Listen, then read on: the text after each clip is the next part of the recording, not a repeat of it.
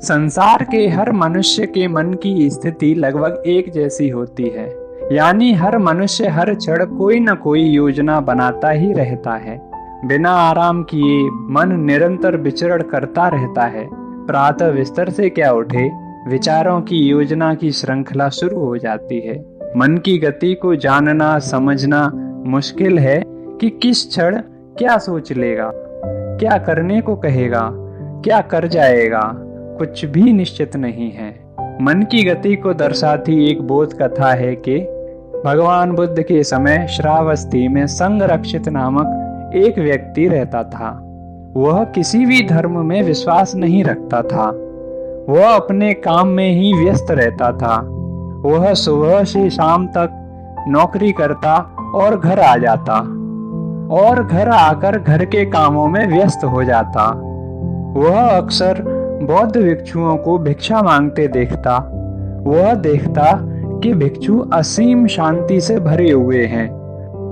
संघ रक्षित ने अपने अव्यवस्थित मन की अशांति से परेशान होकर शांति की चाह में भिक्षु संघ के एक भिक्षु से प्रवज्ञा लेकर भिक्षु बन गया।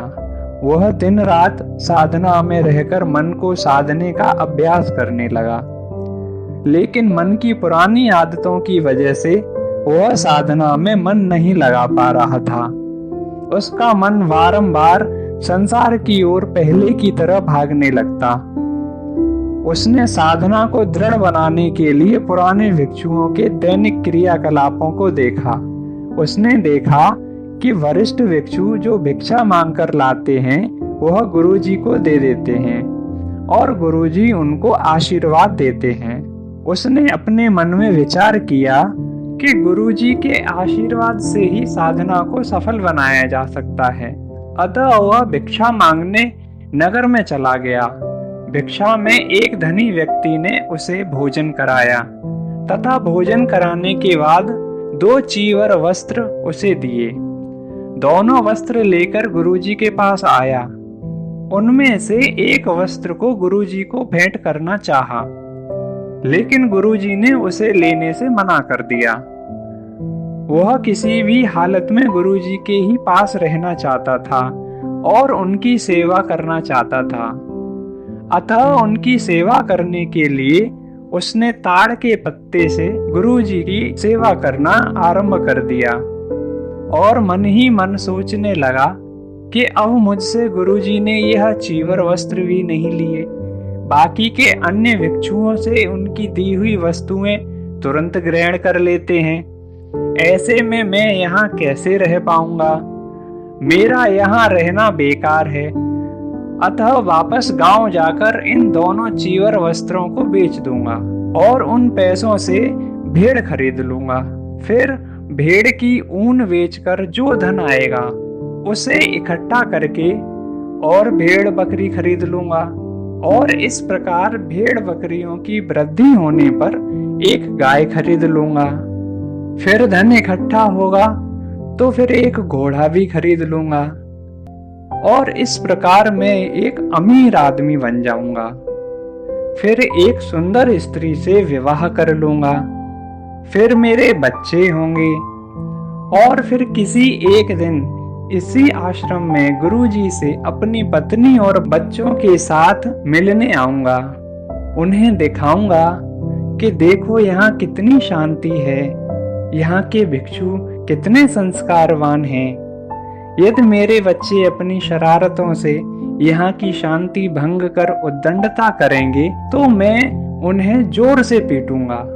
ऐसा मन में विचार करते करते उसने उस ताड़ के पंखे को गुरुजी के सर में मार दिया। ध्यानस्थ बैठे गुरुजी ने पंखे से चोट लगने के बाद संघ रक्षित से कहा, तूने बच्चों को पीटते हुए मुझे ही मारा। संघ रक्षित ने गुरुजी के द्वारा मन की घटना को जानने के बाद वहां से भागना चाहा, लेकिन गुरुजी ने पकड़ लिया और उसे भगवान बुद्ध के पास ले गए। बुद्ध ने सब पूछकर उसे उपदेश देते हुए गाथा को कहा, दूरगमम एक चरम अशरीरम गुहे संयम ये चित्तम सन में संति मोक्षन्ति मार वंदना।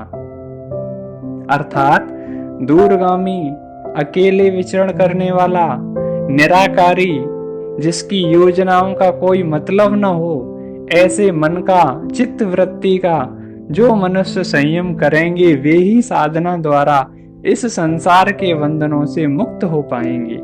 हे मनुष्य, ऐसी कोई चिंता मत करो, यह मन दूरगामी है, क्या क्या योजनाएं बनाता है, भूल ही जाता है कि मैं यहाँ कुछ समय के लिए हूँ, मरकर फिर अगला जन्म लेकर कुछ वर्षों के बाद किसी अन्य स्थान पर मकान या घर बनाने की योजनाएं बनाऊंगा।